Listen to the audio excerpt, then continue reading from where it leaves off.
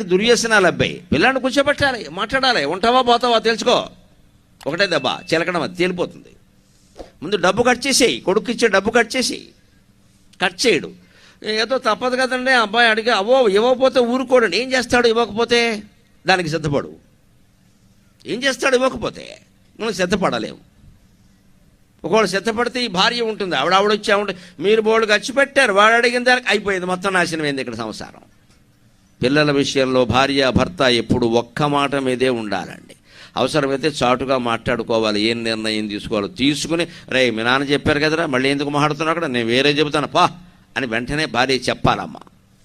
దానివల్ల మగాడి విలువ ఆడ విలువ కాదు, సంసారం విలువ నిలబడుతుంది. పిల్లలకు అర్థమవుతుంది అమ్మా నాన్న ఒక్కటే, మన వేషాలు ఇక్కడ కుదరవు.